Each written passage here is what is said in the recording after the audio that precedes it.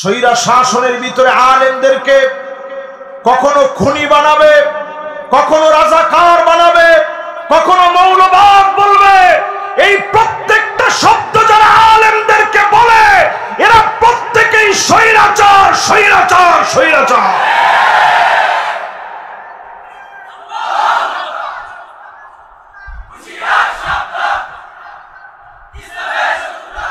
স্বৈরাচারের পতন শুধুমাত্র বাংলাদেশে হয়নি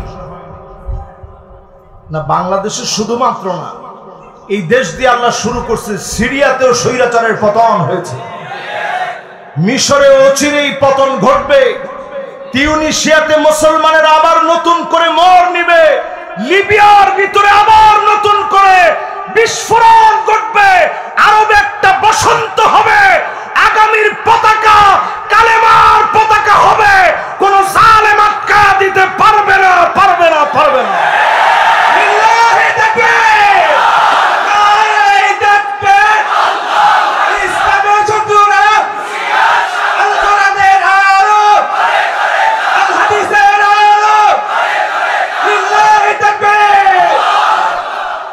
ওয়াইলুল লিল আরব, ধ্বংস আরবের জন্য, ওয়াইলুল লিল আরব, ধ্বংস আরবের জন্য, ওয়াইলুল লিল আরব, ধ্বংস আরবের জন্য। আল্লাহ নবী তিনবার বললেন আরবের জন্য ধ্বংস আসতেছে। উম্মে সালামা ডাক দিয়ে বলেন, ওগো নবীজি, আমরাও কি ধ্বংস হয়ে যাব? ও ফিনা সালিহুন, আমাদের ভিতরে এত এত নেককার আছে, আমরাও কি ধ্বংস হয়ে যাব? আল্লাহর হাবিব জানায় দিলেন, তোমরাও ধ্বংস হয়ে যাবা। ইদা কাসুরাল খাবাস, খারাপি যখন বেড়ে যাবে, পাপাচার যখন বেড়ে যাবে, এই উম্মতকে যিনি পাকড়াও করবেন তিনি কে? খালিদ বিন ওয়ালিদ দাঁড়ায় গেলেন, তিনি খুতবা প্রদান করে বললেন, আমরা জিহাদের জন্য আসছি, আর তারা যুদ্ধ করবে। যুদ্ধ আর জিহাদের মধ্যে পার্থক্য হলো, আমরা জীবন দিতে পারলে ধন্য, আর যুদ্ধ হলো তারা একজন মরলে অন্যজন পালায় যাবে। জিহাদ হলো একজন মরলে 10 জন জীবন দেওয়ার জন্য প্রস্তুত হবে। বলেন আল্লাহু আকবার। বেশি দিন দূরে যাওয়া লাগবে না, আপনি 5ই আগস্টের হিস্ট্রি ঘেটে দেখেন, পুলিশকে দেখানো হচ্ছে এবং পুলিশ দেখাচ্ছে নিজে যে স্যার দেখেন যেইটারে মারি ওইটা মরে। আরে কথা কয় না, যেইটারে মারি ওইটা মরে, বাকিটা নড়ে না। এই চেতনা 5ই আগস্টের চেতনা শুধু নয়, এই চেতনা মুসলমানদের ইতিহাসের চেতনা। এই চেতনা যদি ভুলে যান, কিছুদিন পরে বাংলাদেশের ভাগ্য আকাশে বড় ধরনের খেসারত অপেক্ষায় আছে।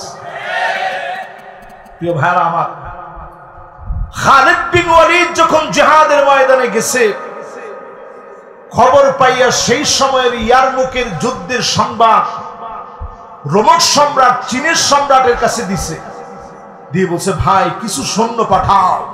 খালিদ বিন ওয়ালিদ 40,000 সৈন্য বাহিনী নিয়ে আসতেছে। সংখ্যায় কি তাদের চাইতে আমরা কম না বেশি? আওয়াজ করে বলি, কম না বেশি? চীনের সম্রাট সে কিন্তু মুসলমান হয় নাই, কালেমাও পড়ে নাই। সে একটা চিঠির উত্তর দিছে, তিনি বলছে, ইন্না কওমান লাউ আরাদু আন ইয়াখলাআল জাবাল লাখলাউহা, মুসলমান এমন এক জাতি, তারা যদি পাহাড়ের দিকে তাকায় বলে, পাহাড় এই মুহূর্তে তুমি সরে যাও, আল্লাহর কসম পাহাড় জায়গা থেকে সরে যাবে। ওই লোকটা মুসলমান না, কিন্তু লোকটা বলতেছে মুসলমান এমন এক জাতি, এরা যদি পাহাড়কে বলে সর, পাহাড় সরে যাবে। আজ বড় দুঃখ দুর্দশা মুসলমানদের জন্য। আজকের রজনীতে আপনি সার্চ করে দেখেন, 2 কোটি মুসলমান এখন পৃথিবীতে মার খাচ্ছে। আজকের রাত্রিতে 20 কোটি মুসলমান আজ পৃথিবীর ভিতরে শরণার্থী হয়ে গেছে, যাদের মাথা গুজার ঠাঁই নাই, পেট পিঠের সাথে লেগে গেছে। ফিলিস্তিনের দিকে তাকায় দেখে ছোট্ট ছোট্ট বাচ্চা, তাদের ইমানি হিম্মত এত বেশি।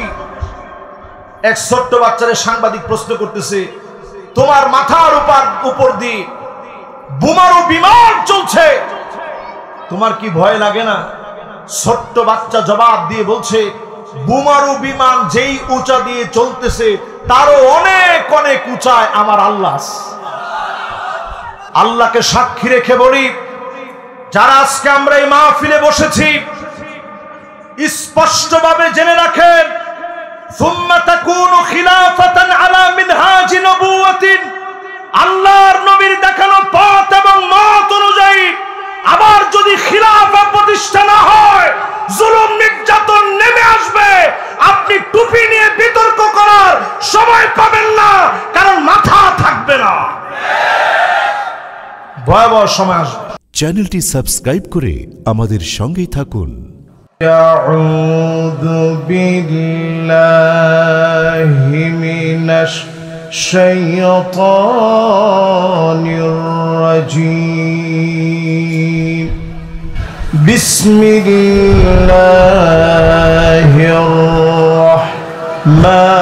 রাহমানির রাহিম। فكيف إذا جئنا من كل أمة بشهيد وجئنا بك على هؤلاء شهيدا صدق الله العظيم وصدق رسوله النبي الكريم ونحن على ذلك لمن الشاهدين والشاكرين والحمد لله رب العالمين। প্রিয় ভাইরা আমার, আজকে বারটা হচ্ছে 12ই রবিউল আউয়াল। বলেন কি বার? 12ই রবিউল আউয়াল, 1447 হিজরির 12ই রবিউল আউয়াল। আজকে যেই নবী আল্লাহ রাব্বুল আলামিন পাঠায় দিলেন, যেই নবী আমাকে দেখতে চেয়েছেন বারবার, আল্লাহর কাছে ফরিয়াদ করে যে নবী বলেছেন, লাওয়াদিতু আন্না কদ রাআইনা ইখওয়ানানা, আমার মন বড় চায় এক নজর যদি ভাইগুলাকে দেখতে পেতাম। সাহাবায়ে কেরাম আরজ করলেন, ওগো নবীজি, আমরা কি আপনার ভাই নই? আল্লাহর হাবিব বলেন, না, তোমরা ভাই না, বাল আনতুম আসহাবি, তোমরা তো আমার সাহাবী। আমার ভাই হবে তারা মান আমানা বি ওয়া লাম ইয়ারানি, জীবনে কোনদিন যারা আমারে দেখে নাই, না দেখে যারা ঈমান এনেছে, তারা হবে আমি নবীর ভাই। আল্লাহর নবী আদর করে ভাই বলে যাদেরকে ডেকেছেন তারা কারা? সবাই বলেন কারা? বুকে হাত দিয়ে মহব্বত নিয়ে বলেন কারা? হৃদয়ের টানে, ভালোবাসার টানে নবী আমাদেরকে ভাই বলে ডাকছেন। স্বাভাবিক আমরা একটু আলেম হওয়ার পরেই যদি কেউ পিছন থেকে ডাক দিয়ে বলে, এই ভাই কেমন আছেন, মেজাজ বড্ড খারাপ হয়ে যায়। আমি এত বড় খতিব, আমি এত বড় আলেম, আমারে মানুষ ভাই বলে ডাকবে, এটা কেমন কথা? একটু ডাক্তার হলে তাকে যদি আপনি ডাক্তার সাহেব না বলেন, তিনি ক্ষেপে যান। উকিল সাহেব, তিনি ক্ষেপে যান। আল্লাহর নবী আমাদেরকে ভাই বলে ডাকেন, আদর করে নবীজি আমাদেরকে কাছে টেনে নিলেন। জীবনে কোনদিন নবী দেখে নাই, না দেখে আপন করে নবী নিলেন। আমার আপনার জন্য নবীও অপেক্ষা করে দাঁড়ায় থাকবে। গুররান মুহাজ্জালিন মিনাল উযু, ওজুর পানিগুলা জগজগ করে উঠবে। আল্লাহর নবী সেদিন শাফাত করবে। যিনি ধন্য বানায়া জান্নাতি বানায়া দিবেন তিনি কে? এবার যদি আমি প্রশ্ন করি, এই মাহফিলে যারা বসছেন নবীজিরে ভালোবাসেন, এ কথার মধ্যে কোনো সন্দেহ কি আছে? কারো মনে কোনো সন্দেহ আছে? যদি নবীর জন্য জীবন দিতে হয়, আমরা কি জীবন দিতে রাজি? আমরা দেখেছি কুলাঙ্গার বলগাররা যারা আমার নবীকে নিয়ে কটূক্তি করেছে, ওই নাস্তিকদেরকে বাংলাদেশে ঠাঁই দেওয়া হয় নাই।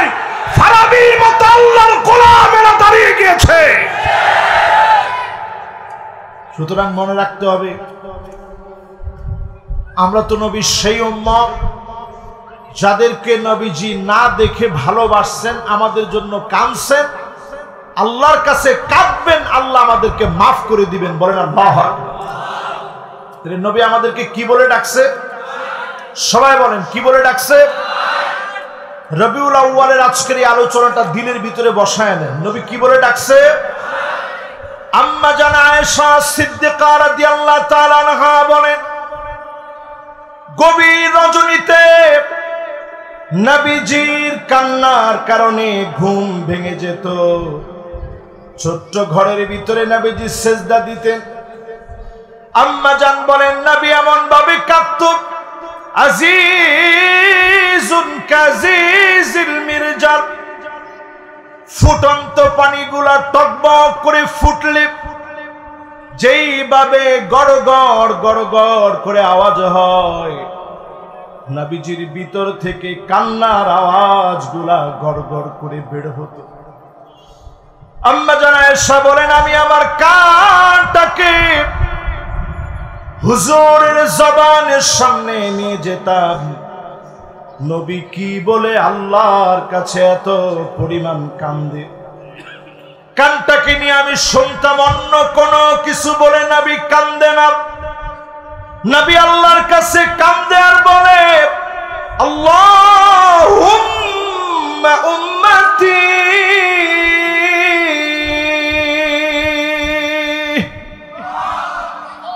ও আল্লাহ আমার উম্মত, আমার উম্মত বলে নবীজি বারবার সিজদায় গিয়ে কাঁদতেন। বলেন তো কাদের জন্য কাঁদতেন? সবাই বলেন কাদের জন্য? হে রাসূলের জন্য আপনারা এত ভালোবাসি, আপনি সিজদায় গিয়ে ক্ষুধার যন্ত্রণায় কাঁদেন নাই। সিজদায় গিয়ে কাফেররা আপনাকে মেরেছে জন্য কাঁদেন নাই। তায়েফের ময়দানে রক্তাক্ত হয়েছেন এজন্য কাঁদেন নাই। দান দান শহীদ হয়েছে এজন্য নবী কাঁদেন নাই। নবী সিজদায় পড়ে পড়ে আমার আপনার জন্য বারবার আল্লাহর কাছে কেঁদেছে, শুধু কাঁদেন নাই। নবী বারবার পেরেশান হয়ে গেছে, বারবার আমাকে দেখতে চেয়েছে। আল্লাহর জান্নাতের সামনে নবী যাবে, দরজার ভিতরে নক করবে, দরজা খুলে দেওয়া হবে। জান্নাতে গিয়ে নবীজি বলবে, আল্লাহ হাত্তা তাদখুলা উম্মতি, আমার উম্মত জান্নাতে যাওয়ার আগে অন্য কোন নবীর উম্মত যেন জান্নাতে যেতে না পারে। অন্য সব নবীর উম্মতের আগে আমার উম্মত যেন জান্নাতি হয়।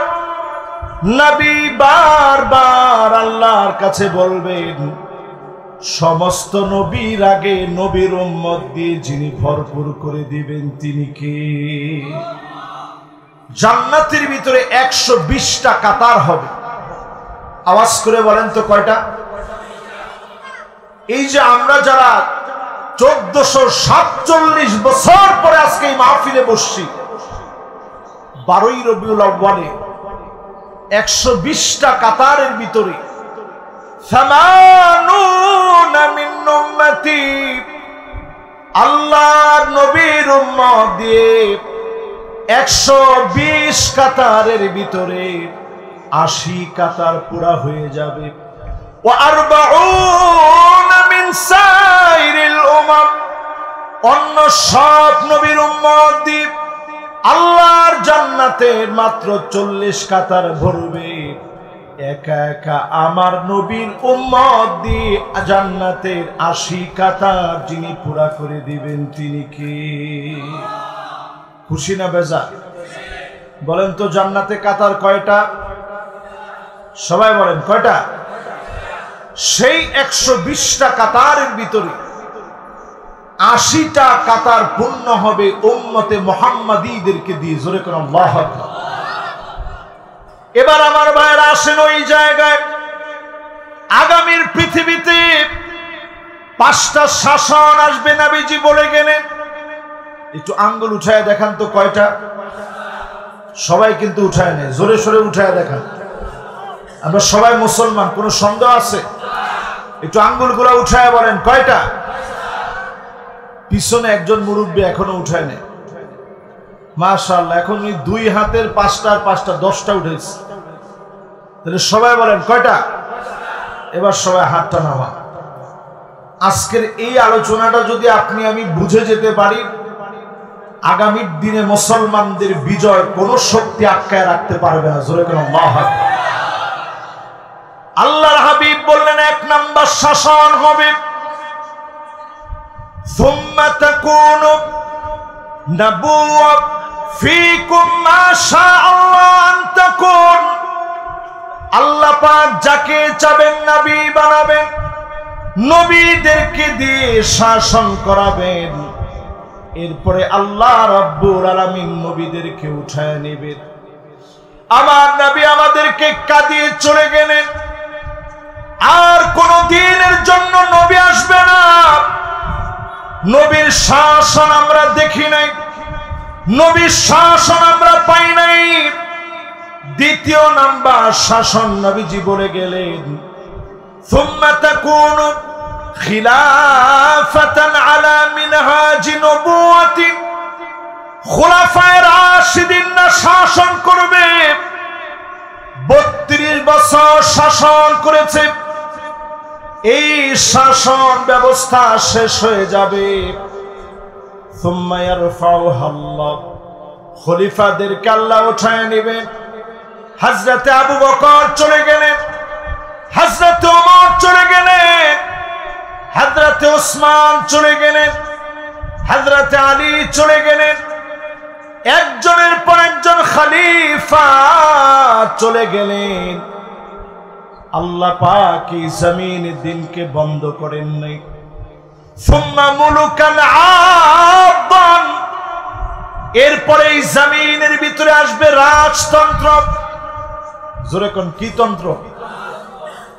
1 নাম্বার আসবে নবুয়ত। নবুয়তের পরে কি আসবে? খিলাফত।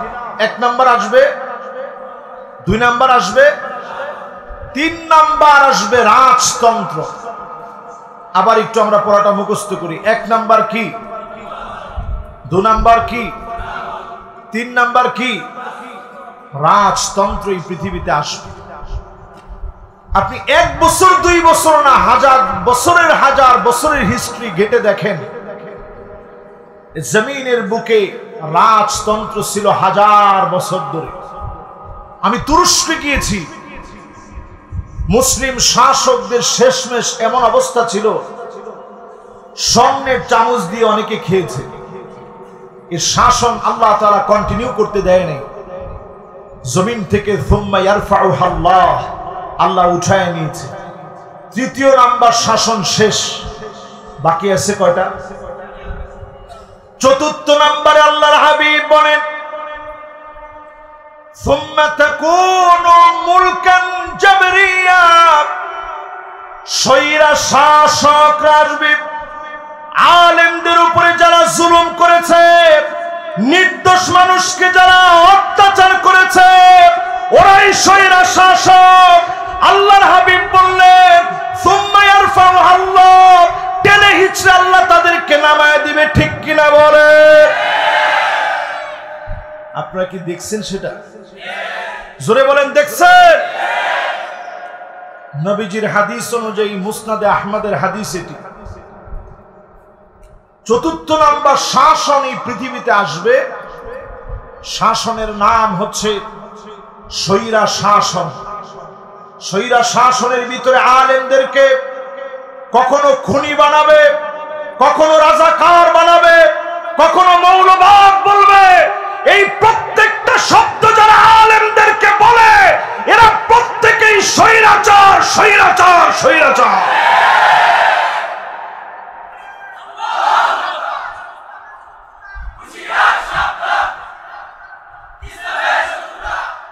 আপনারা কি ভয় পাইলেন?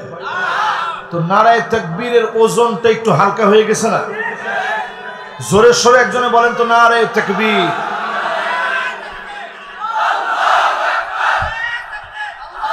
মাশাআল্লাহ। মুসলমান কখনো ভয় পাওয়ার জাতি না। আমি জর্ডান সফরে গিয়ে দেখলাম ইয়ারমুক নামক যেই জায়গায় যুদ্ধটা হয়েছে, কয়েকটা নদী সেখানে। সেই জায়গায় গিয়ে আমি খালিদ বিন ওয়ালিদের জন্য আমার দুইটা চোখ থেকে পানি ঝরঝর করে পড়ছে। 30,000 সাহাবী নিয়ে গেলেন। কোন রিওয়ায়াতে পাওয়া যায় 40,000 সাহাবী নিয়ে গেছেন। আপনি কমটা ধরেন অথবা বেশিটা ধরেন, 30 অথবা 40। অন্য রিওয়ায়াতে পাওয়া যায় 24,000 সাহাবী নিয়ে গেছেন।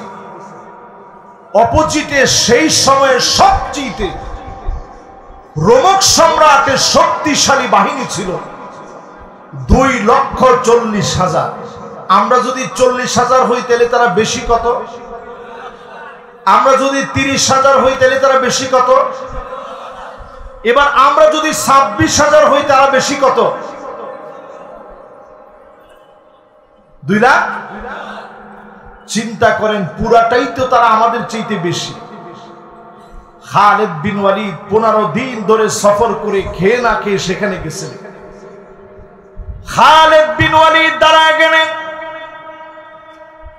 তিনি খুতবা প্রদান করে বললেন, আমরা জিহাদের জন্য আসছি, আর তারা যুদ্ধ করবে। যুদ্ধ আর জিহাদের মধ্যে পার্থক্য হলো, আমরা জীবন দিতে পারলে ধন্য, আর যুদ্ধ হলো তারা একজন মরলে অন্যজন পালায় যাবে। জিহাদ হলো একজন মরলে 10 জন জীবন দেওয়ার জন্য প্রস্তুত হবে। বলেন আল্লাহু আকবার। বেশি দিন দূরে যাওয়া লাগবে না, আপনি 5ই আগস্টের হিস্ট্রি ঘেটে দেখেন। পুলিশকে দেখানো হচ্ছে এবং পুলিশ দেখাচ্ছে নিজে যে স্যার দেখেন, যেইটারে মারি ওইটা মরে। আরে কথা কয় না? যেইটারে মারি ওইটা মরে, বাকিটা নড়ে না। এই চেতনা 5ই আগস্টের চেতনা শুধু নয়, এই চেতনা মুসলমানদের ইতিহাসের চেতনা। এই চেতনা যদি ভুলে যান, কিছুদিন পরে বাংলাদেশের ভাগ্য আকাশে বড় ধরনের খেসারত অপেক্ষা আছে। প্রিয় ভাইরা আমার, খালিদ বিন ওয়ালিদ যখন জিহাদের ময়দানে গেছে, খবর পাইয়া সেই সময়ের ইয়ারমুকের যুদ্ধের সংবাদ রোমক সম্রাট চীনের সম্রাটের কাছে দিছে।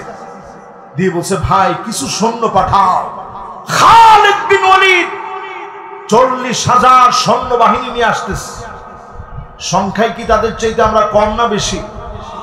আওয়াজ করে বলি, কম না বেশি? চীনের সম্রাট সে কিন্তু মুসলমান হয় নাই, কালেমাও পড়ে নাই। সে একটা চিঠির উত্তর দিছে। তিনি বলছে, ইন্না কওমান লাউ আরাদু আন ইয়াখলাআল জাবাল লাখলাউহা। মুসলমান এমন এক জাতি, তারা যদি পাহাড়ের দিকে তাকায় বলে, পাহাড় এই মুহূর্তে তুমি সরে যাও, আল্লাহর কসম পাহাড় জায়গা থেকে সরে যাও।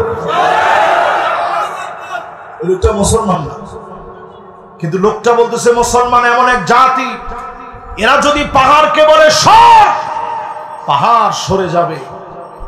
আজ বড় দুঃখ দুর্দশা মুসলমানদের জন্য।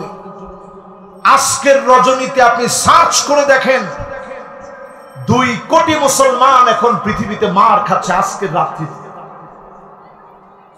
20 কোটি মুসলমান আজ পৃথিবীর ভিতরে শরণার্থী হয়ে গেছে, যাদের মাথা গুজার ঠাঁই নাই, পেট পিঠের সাথে লেগে গেছে। ফিলিস্তিনের দিকে তাকায় দেখে ছোট্ট ছোট্ট বাচ্চা, তাদের ইমানি হিম্মত এত বেশি। এক ছোট্ট বাচ্চারে সাংবাদিক প্রশ্ন করতেছে, তোমার মাথার উপর দিয়ে বোমারু বিমান চলছে, তোমার কি ভয় লাগে না? ছোট্ট বাচ্চা জবাব দিয়ে বলছে, বোমারু বিমান যেই উঁচা দিয়ে চলতেছে তারও অনেক অনেক উঁচায় আমার আল্লাহ। মুসলমান আমরা তো সেই জাতি। আজকে বড় আফসোস, নবীর উম্মত হয়ে আমরা এখানে বসছি। অধিকাংশ নবীর উম্মতের হালও তেমন, যাদের ঘরগুলার ভিতরে এখন নামাজ নেই। ঠিকঠাক একটু আসতে বলেন। তাহলে এই কথার সাথে কি আপনারা একমত? আমাদের ঘরের ভিতরে কি নেই? আমাদের ঘরের ভিতরে পর্দা নেই, কি নেই? আমাদের সন্তানরা দিন জানে না। আজকে যেই মাদ্রাসার মাহফিল, আমার বড় ভালো লাগে এরকম মাহফিল গুলায় যখন আমরা আসি, মার্কাজুল কোরআন ওয়াস সুন্নাহ ইন্টারন্যাশনাল মাদ্রাসা, তাকে দেখেন ছোট ছোট বাচ্চারা, তারা আগ্রহ ভরে বসা আছে। এরা প্রত্যেকেই কোরআনুল কারীম নিয়মিত পড়ছে, পড়ার চেষ্টা করছে। প্রিয় ভাইয়েরা আমার, আমাদের ঘরের খবর কি? অধিকাংশ ঘরের ভিতরে এখন কোরআন নাই। কি আছে? মিউজিক আছে, ডিজে আছে। দেখছেন কি আছে? জোরে কোন কি আছে? এই ডিজে থাকার কারণে আমাদের ঘরগুলোও এমন ডিজে হয়েছে।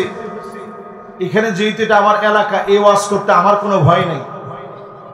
আর না, অধিকাংশ ঘরের ভিতরে এখন স্ত্রী এমন, স্বামীরে ধমক দিয়া বলে সব আমার নামে দিতে হবে, তোমার মা বাপ ভাই বোন কাউকে একটা কিচ্ছু দিতে পারবে না, এমন নারী এখন আছে না? এই ওয়াজটা আবার আপনাদের কাছে খুব ভালো লাগছে, এই জন্য আপনারা আসেটা জোরে বলছেন। আচ্ছা, এরকম নারী কি এখন ঘরে ঘরে আছে? আপনারা অধিকাংশ লোক বিয়ে করেন নাই, কিন্তু এই অবস্থা জানেন, এজন্য আছে বলছেন। এরপরে দেখবেন মান্নানা, এমন কিছু নারী এখন ঘরে ঘরে আছে, কথায় কথায় খোঁটা দিয়ে বলে আমি দেখে তোমার ভাত খেয়ে গেলাম। কি ঠিক? আমি দেখে সংসার করি। যিনি বলছে মারাত্মক ভুক্তভোগী লোক। আচ্ছা, এইরকম বলে, এরকম মহিলা এখন ঘরে ঘরে আসে না নাই? কার কার স্ত্রী এরকম বলছে? হাত তুলেন তো দেখি। একটা লোক এখানে ভুলবশত হাত তুলে নিয়েছে, হুজুর আজকে হাত তুলে চাকরি হারাতে চাই না। এরপরে দেখবেন এমন একটা সময় আসবে, কান্না না, সারাদিন আপনি কষ্ট করে আসছেন, স্ত্রীর কাছে বলছেন এক গ্লাস পানি দিও তো। এই আবদার যদি স্ত্রীর কাছে করা হয়, কয়টা বেঞ্চি মেরে এরপরে পানি যদি দেয় দিতেও পারে। এরপরে দেখবেন না, এমন সব মহিলা আসবে আপনার ছায়া দেখতে পারবে না, সব সময় আপনাকে দেখলে বিরক্ত হবে। ঠিক কিনা বল? এরপরে দেখবেন এমন মহিলারা আসবে হাত ডাকা, যে সমস্ত মহিলাদেরকে কিছু কিনে দিলে খুশি হয় না, দিলেই বলে এটা কি হইল, একটা জিনিস হইল, তোমার নজর আর পরিবর্তন হবে না। এরকম মহিলা এখন সমাজের ভিতরে আছে না নাই? এরপরে দেখবেন সাদ্দাকা, এমন সব মহিলা বের হবে, কথায় কথায় তর্ক করবে, সারা বাংলাদেশে থাকলেও মগবাজারে নেই, মধুবাগে নেই। এরপরে দেখবেন বাররাকা, শুধু তর্কই না, পারলে লাঠি নিয়ে পিটানোর জন্য দৌড়ায় আসবে, এরকম মহিলাও এখন আছে না নাই? যেগুলা বলছি, আমরা উম্মতে মুহাম্মাদি হওয়ার পরেও আমাদের ঘরগুলোর ভিতরে রোগগুলো আছে না নাই? আল্লাহর হাবিব বলেন হাত্তা তুত্তাখাযাল মাসাজিদু তুরুকা, মসজিদ থাকবে, সামনে দিয়ে মুসলমানের ছেলেগুলা হেঁটে হেঁটে চলে যাবে, মাগার নামাজ পড়ার জন্য আসবে না, এমন মুসলমান এখন আছে না? না, একটু জোরে জোরে বলেন আছে? আল্লাহর হাবিব বলেন তোমরা দেখবা হাত্তা ইয়াবুদাল্লাতু ওয়াল উজ্জা, মুসলমানের ছেলে মূর্তির সামনে গিয়ে মাথা নত করবে, পূজা করবে, অমুসলিমের কাছে মাথা নত করে দিবে, এমন মুসলমান সারা বাংলাদেশে থাকলেও এখানে না। এমন সময় আসবে আপনারা নজর করে দেখবেন, হাত্তা ইয়াকতুলা জারহু, প্রতিবেশী প্রতিবেশীকে মারবে, আখাহু, আপন ভাই ভাইকে মারবে, এমন কি বাপ মাকে মেরে ফেলবে। সন্তানের হাতে বাপ মা মারা যাবে। এই তো সেদিন আমরা দেখলাম আপন দুই ভাই মিলে এক ভাইয়ের চোখ উপড়ে দিয়েছে। আল্লাহর কসম করে বলি, এমন যখন দেখবেন বুঝবেন অচিরেই যিনি শাস্তি দিবেন তিনি কে। যেহেতু আমি রিসেন্ট একেবারে দুবাই থেকে আসছি, আমার কাছে মনে হয় রেডিমেড শাস্তি সারা দুনিয়ার জন্য চলে আসতেছে, শাস্তি আসতেছে। ওয়াইলুল লিল আরব, ধ্বংস আরবের জন্য, ওয়াইলুল লিল আরব, ধ্বংস আরবের জন্য, ওয়াইলুল লিল আরব, ধ্বংস আরবের জন্য। আল্লাহর নবী তিনবার বললেন আরবের জন্য ধ্বংস আসতেছে। উম্মে সালামা ডাক দিয়ে বলেন, ওগো নবীজি, আমরাও কি ধ্বংস হয়ে যাব? ও ফিনা সালিহুন, আমাদের ভিতরে এত এত নেককার আছে, আমরাও কি ধ্বংস হয়ে যাব? আল্লাহর হাবিব জানায় দিলেন, তোমরাও ধ্বংস হয়ে যাবা। ইদা কাসুরাল খাবাস, খারাপি যখন বেড়ে যাবে, পাপাচার যখন বেড়ে যাবে, এই উম্মতকে যিনি পাকড়াও করবেন তিনি কে? বাংলাদেশের টেকটনিক প্লেট নড়বড় হয়ে আছে, ভূমিকম্প আসতেছে আসতেছে। সব ভূতত্ত্ববিদেরা বলছে যেই ভূমিকম্প বাংলাদেশে আসবে, আল্লাহু আকবার, অনেকে ঘেমে একেবারে খুব কষ্ট হচ্ছে আপনাদের। আল্লাহ এই কথাটা যদি আল্লাহ আল্লাহর জন্য পছন্দ করে নেয়, এই কথাটার কারণে আল্লাহ নাজাতের ফয়সালা করে দিবে। বলেন আল্লাহুম্মা আমিন।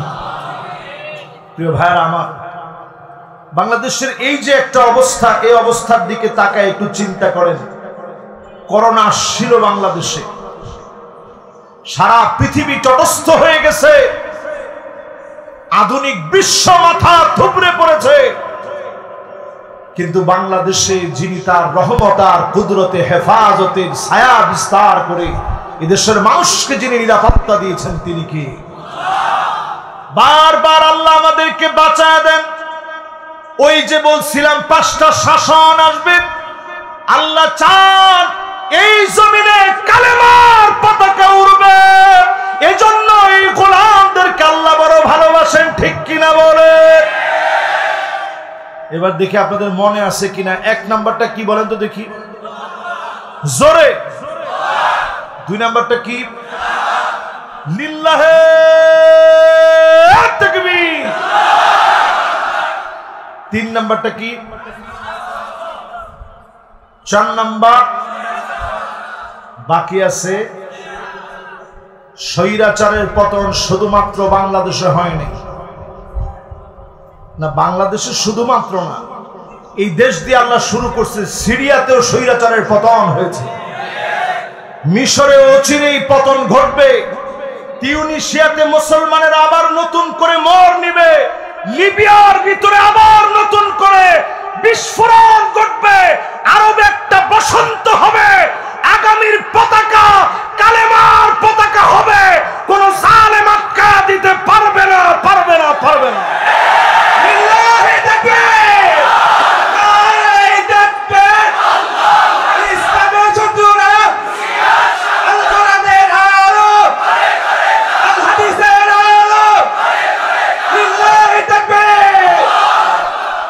এই হাদিসের কথাটা শোনার পরে আপনাদের সাহস বাড়ছে না কমছে?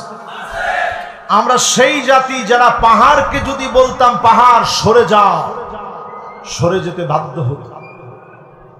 আজকে আমরা এমন এক জাতি যারা মার খাচ্ছি প্রতিদিন। আমার শিশু বাচ্চাগুলার পেট পিঠের সঙ্গে লেগে গেছে, ক্ষুধার যন্ত্রণায় ত্রাহি ত্রাহি করছে। বিভিন্ন শরণার্থী ক্যাম্পে আমি গিয়েছি, তুরস্কে, লেবাননে, জর্ডানে। আমি গিয়ে দেখছি মুসলমানের সন্তানগুলার পেট পিঠের সঙ্গে লেগে গেছে, খাবারের মতো কিছু নাই। শিশু বাচ্চাগুলো কেঁদে কেঁদে আল্লাহকে বলে, আল্লাহ আপনার জান্নাতে তো খাবারের কোনো অভাব নাই। ও আমার মালিক, দুনিয়ার এই দুঃখ যন্ত্রণা সহ্য হয় না। মালিক আপনি জান্নাতের জন্য কবুল করে নেন। দুনিয়ার কারো কাছে তারা কাঁদে না, আল্লাহর কাছে তারা কাঁদে। এই মুসলমানদের জন্য যদি আমি আপনি যদি দুঃখ বেদনা যন্ত্রণায় না পড়ি, আমার হৃদয়ের ভিতরে রক্তের ক্ষরণ যদি না হয়, আল্লাহর কসম এই দিন আপনারও আসবে, যিনি বড় পরীক্ষা নেবেন তিনি কে? পঞ্চম নাম্বার যে শাসন বাংলাদেশ সহ সারা পৃথিবীর মুসলমানদের জন্য অপেক্ষায় আছে, সেই শাসনের নাম হলো সুম্মা তাকুনু খিলাফাতান আলা মিনহাজি নবুওয়াতিন। আবার জমিনে আল্লাহর নবীর দেখানো পথ মত অনুযায়ী খিলাফত প্রতিষ্ঠা হয়ে যাবে। আবার যিনি কালেমার পতাকাকে বিজয়ী বানায় দিবেন তিনি কে? 54 বছরের সব দেখা শেষ। আজকের এই কোরআন আমি হাতে নিয়ে দায়িত্বহীন কণ্ঠে আমি বলতে পারি, 54 বছরের সব দেখা শেষ। যদি শান্তি দেখতে চান, সামনে হবে আল কোরআনের বাংলাদেশ। এ কথার সঙ্গে যদি এখনো আপনি একমত না হন, বড় বড় 6টা আযাব বাংলাদেশের দিকে আসতেছে। আমি আমার জন্মভূমি, আমার জীবনের অধিকাংশ সময় আমি এই মাটিতে কাটিয়েছি। আজকের মাহফিলে আমার এলাকাবাসীকে সাক্ষী রেখে বলতে চাই, 6টা আযাব বাংলাদেশের দিকে আসতেছে। কয়টা? আজকে আপনারা খাতা কলম নিয়ে বসেন, অথবা অন্তরে আপনারা লিখে রাখেন, 100% আগামী দিনে যদি ভুল করেন 6টা আযাব আসবে। 1 নাম্বার আযাব হবে, আল্লাহর নবী জানায় গেলেন, ইমারাতুস সুফাহা, নির্বোধরা আপনাদেরকে শাসন করবে। যাদের জ্ঞান নাই তারা শাসন করবে, তারাই বারবার আলেমদেরকে গালিগালাজ করবে। ঠিক কিনা বলে? এটা আমার কথা না নবীজির কথা? আওয়াজ করে বলেন, আমার কথা না নবীজির কথা? 2 নাম্বার শাস্তি আসবে, কাসরাতুস শার, নানা রকমের শর্ত দিয়ে আলেমদের টুটি চেপে ধরা হবে। নানা রকম শর্ত দিয়ে আলেমদেরকে থামায় দেওয়ার চেষ্টা করা হবে। এখনো যদি আপনি মৌলবাদ বলেন, তাহলে মনে রাখতে হবে এটা আলেমদেরকে দমন নিপীড়নের নতুন শব্দ। এজন্য সজাগ হওয়া লাগবে মুসলমান। নবীজি সাল্লাল্লাহু আলাইহি সাল্লাম পরিষ্কার আমাদেরকে জানায় গেছেন, এই কথার সঙ্গে আপনি আমার সঙ্গে রাগ করার কোনো সুযোগ নেই। 3 নম্বরে নবীজি বললেন, বিয়াউল হুকম, টাকার বিনিময়ে আইন আদালত বিক্রি হয়ে যাবে। তোমার ঠিক তো বলছে 3-4 জনে, বাকিরা সবাই কি মনে করে? টাকার বিনিময়ে যদি আইন আদালত বিক্রি হয়, আলেমদেরকে তারা যুদ্ধাপরাধী বানাবে, আলেমদেরকে তারা অপরাধী সাজাবে। টাকার সামনে আমরা আইন আদালতকে বিক্রি হতে দেখতে চাই না। প্রিয় ভাইরা আমার, 3 নম্বরের পর 4 নম্বর বড় মারাত্মক। নবীজি বলেছেন, ইস্তিগফাফাম বিদ্দাম। যদি এরপরও আপনারা না বুঝেন, চারদিকে জেনোসাইড হবে, রক্তের সরাসরি হবে, গড়ে গড়ে মারামারি হবে, বাংলাদেশ নামক দেশটাকে চক্রান্ত করে ধ্বংস করে দেওয়ার ষড়যন্ত্র করবে। ঠিক কিনা বলেন? এটা আমার কথা না, নবীজির কথা। চতুর্থ নাম্বারের পরে পঞ্চম নাম্বারে নবী আলাইহিস সালাতু ওয়াস সালাম বলছেন, তোমরা দেখবা কাতিয়াতুর রাহিম, আত্মীয়তার সম্পর্ক ছিন্ন হয়ে যাবে। এখনই দেখবেন এক ভাই এক দল করতো, আরেক ভাই আরেক দল করতো, কিন্তু ভিন্ন ভাই ভিন্ন দল করার পরে নিজের দল ক্ষমতায় আসবে আসবে এটা ভাবার পরে আপন ভাইয়ের বিরুদ্ধে ভাই নানা রকমের ষড়যন্ত্রে মেতে উঠছে। ঠিক কিনা বলে? আসেন এরকম ঘটনা? এরপরে ৬ নম্বরে নবীজি বলছেন ৬ নাম্বার শাস্তি হবে আরো ভয়াবহ, সেটি হচ্ছে আকাল্লুহুম ফিকহান, যাদের বুঝ নাই জ্ঞান নাই তারা বড় বড় চেয়ারে বসে যাবে। বুঝহীনরা যদি বড় বড় চেয়ারে বসে যায়, সমকামিতাকে পারমিট দেওয়া হবে, নারী সংস্কারের নাম করে নারীদেরকে রাস্তায় নামায় দেওয়া হবে, আপনার ঘরটাকে দোজখ বানায় দেওয়া হবে, দাজ্জালের হাতিয়ার হিসেবে প্রত্যেকটা নারীকে তৈরি করা হবে। ঠিক কিনা বলুন? এই কথা আমি দায়িত্বহীন কণ্ঠে বলছি। বাংলাদেশের ঘরে ঘরে এখন তাকায় দেখবেন ছেলেরা মেয়ে হতে চায়, মেয়েরা ছেলে হতে চায়। ঘরের ভিতরে মেয়েরা এখন প্যান্ট পরে, শার্ট পরে। ঠিকঠাক একটু আসতে বলেন। ঘরের ভিতরে মেয়েরা এখন প্যান্ট শার্ট পরে, বাহিরে পরে না। পরে? বাহিরে পরে? আপনি চিন্তা করেন, অনেক সময় মা বাপ কুলাতে পারে না, একটু পায়ে লম্বা হয়ে গেছে, হাতে লম্বা হয়ে গেছে, মা বাপ কুলাইতে পারে না, প্যান্ট শার্ট পরে, বলে আমার অধিকার, আমি পড়ছি, তোমার অসুবিধা কোথায়? ওই দিন দেখলাম এক মেয়ে সরাসরি মা বাবার বিরুদ্ধে এসে সে রিট করছে, আমার মা বাপ কোন অধিকারে আমার পোশাক নিয়ে কথা বলবে? এরকম যখন শুরু হয়েছে, আপনি এখনো অপেক্ষায় আছেন। তাকায় দেখবেন ছেলেরা এখন কানের মধ্যে দুল পড়ে। ঠিক নেই? বাবরি চুলের একটা ট্রেন্ডিং উঠছে এখন। আমি মনে করছি মাশাআল্লাহ, ছেলেরা তো সব ভালো হয়ে গেছে, সবাই বাবরি চুল রাখতেছে। মাশাআল্লাহ, লিল্লাহে তাকবীর, জোরে লিল্লাহে তাকবীর। আমাদের চাটগামী হুজুর চলে আসছেন,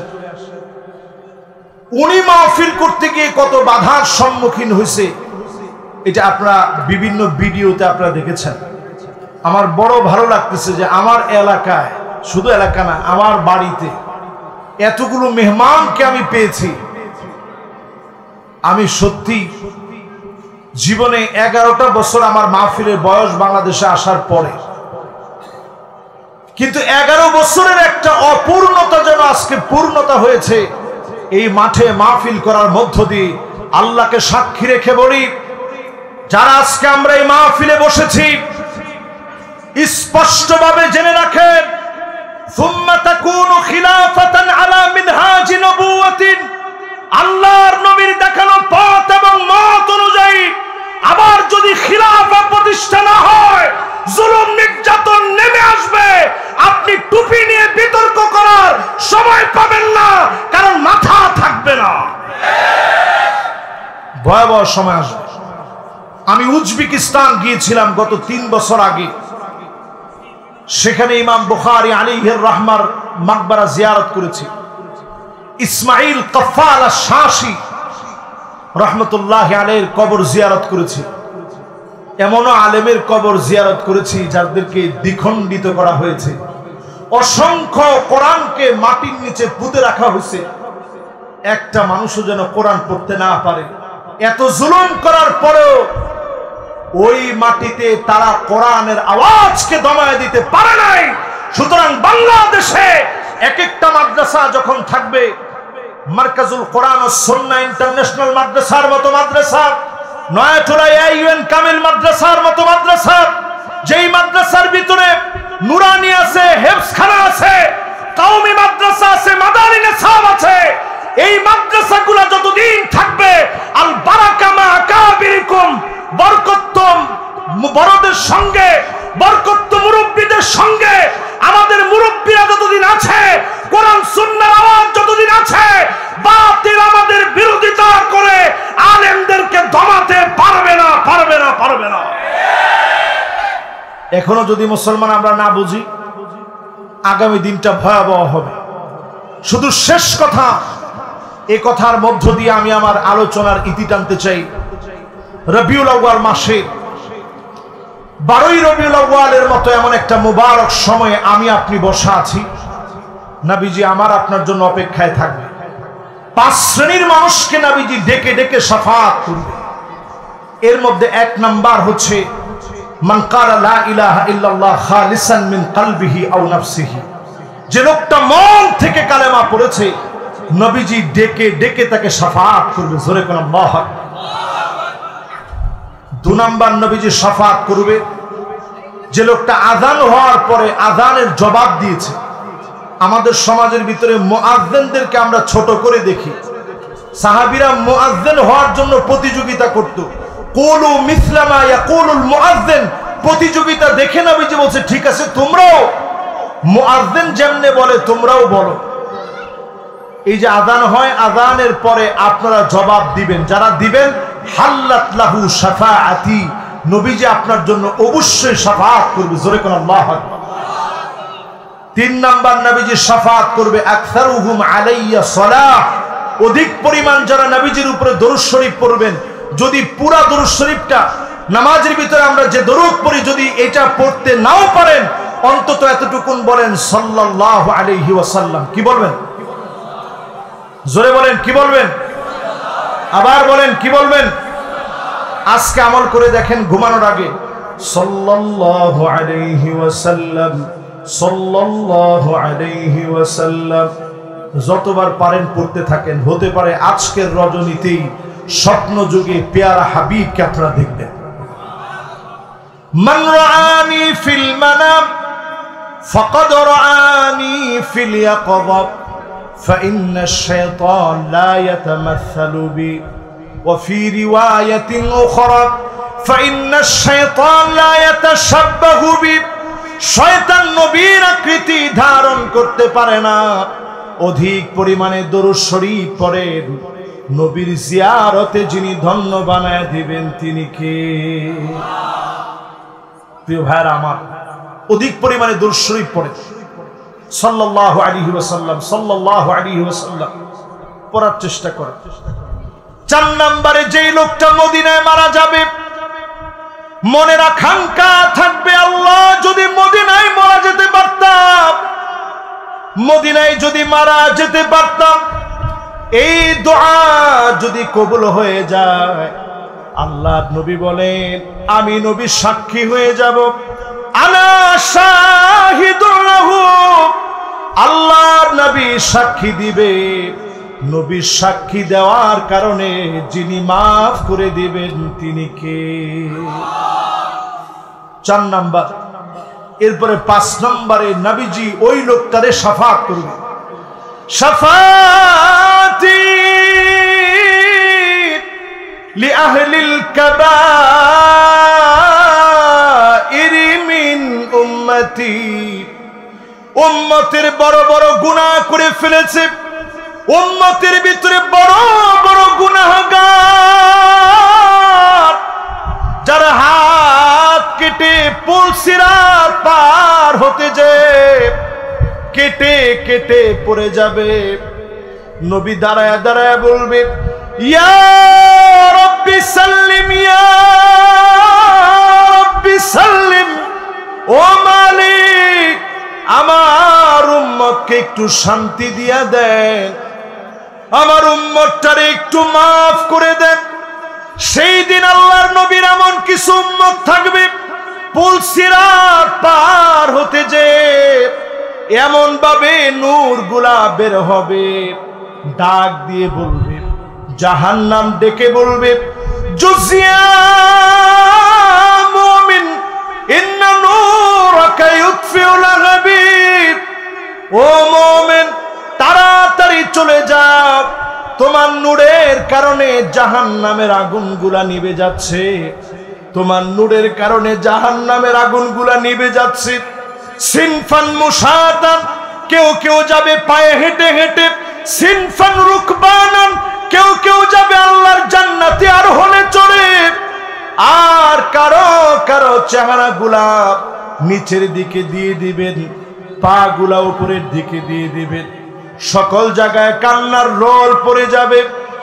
আল্লাহর হাবিব সেদিন বলবে, ইয়া রাব্বি সাল্লিম, ইয়া রাব্বি সাল্লিম, ও মালিক দয়া করে শান্তি দেন। নবীর দোয়ার কারণে উম্মতদেরকে যিনি মাফ করে দিবেন তিনি কে? খবরদার এমন মানুষ হতে যায় না যারা শিরক করে, নবীজি তাদেরকে শাফাআত করবে না। এমন মানুষ হতে যায় না যারা বেদাত করে, নবীজি তাদেরকে শাফাআত করবে না। এমন মানুষ হতে যায় না যারা জুলম করবে, নবীজি তাদেরকে শাফাআত করবে না। এমন মানুষ আপনি হবেন না কুল্লু খালিন মারিক, যে নিরপরাধ মানুষকে দোষী বানায় দিবে, ওই লোকটাকেও নবীজি শাফাআত করবে। যেই লোকটা মাইয়ুকাযযিবু বিশ-শাফাআহ, শাফাআতকে যে লোকটা অস্বীকার করবে, ওই লোকটাকেও নবীজি শাফাআত করবে। আল্লাহ রাব্বুল আলামিনের কাছে 12ই রবিউল আউয়ালের আজকের এই মোবারক আয়োজন থেকে আল্লাহ পাকের কাছে আমরা দোয়া করি, কায়ামানুবাকে বাক্যে ভিক্ষুকের মতো ভিক্ষা চাই। আল্লাহ রাব্বুল আলামিন যেন আজকের এই কথাগুলোর উপরে আমল করে সত্যিকারের উম্মত হওয়ার তৌফিক দান করেন। পড়েন আমিন।